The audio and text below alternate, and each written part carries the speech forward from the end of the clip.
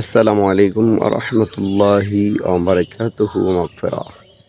সম্মানিত viewers and follower দেশে প্রবাসী যারা যেখান থেকে আমার আজকের এই ভিডিওটুকুন দেখতেছেন সকলকে জানাচ্ছি প্রাণঢালা অভিনন্দন ও শুভেচ্ছা। আশা করি সকলে অনেক বেশি ভালো আছেন। আজকে ছোট্ট একটি বিষয় নিয়ে আপনাদের মাঝে উপস্থিত হয়েছি।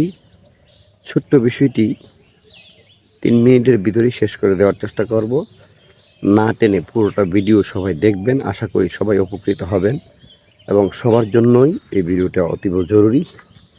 কেননা এটা হলো আলমে বরজুখ তথা পরকালের সবচেয়ে শ্রেষ্ঠ জায়গা, সেটার নাম হলো আলমে মাহশার।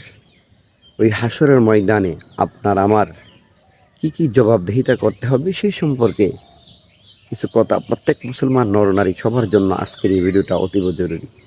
তাই সুতরাং না টেনে পুরোটা ভিডিও দেখে যাবেন, আশা করি সকলে উপকৃত হবেন এবং কোন কোন প্রশ্নের জবাব আপনাকে দিতে হবে ওই জায়গায়, সেই প্রশ্নের জবাবগুলো কীভাবে দেবেন, সেই প্রশ্নগুলো কি তা নিয়ে একটু আলোচনা করব। আশা করি সবাই সাথে থাকবেন এবং পুরোটা ভিডিও কন্টিনিউ করবেন, ভালো লাগবে আশা করি।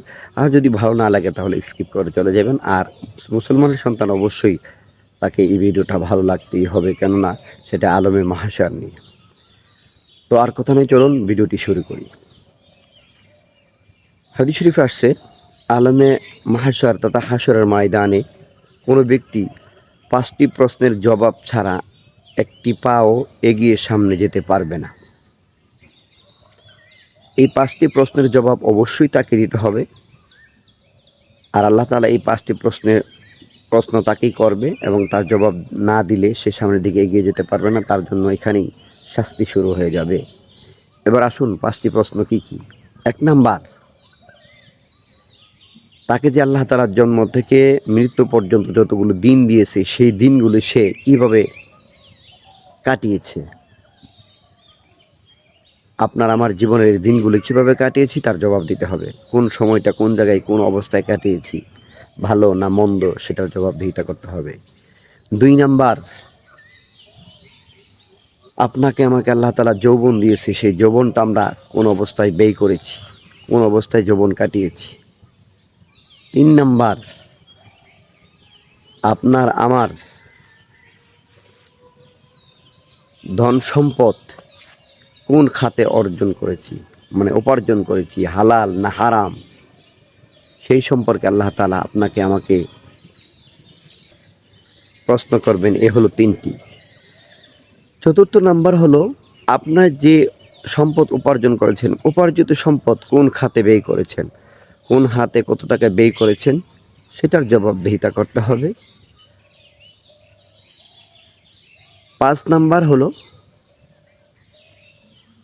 4 নাম্বার তো অর্জিত সম্পদ কীভাবে ব্যয় করেছেন। 5 নাম্বার হলো, আপনি যতটুকু এলেম অর্জন করেছেন, মানে যতটুকু শিক্ষা অর্জন করেছেন, সে শিক্ষা অনুযায়ী কতটুকু সৎ আমল করেছেন।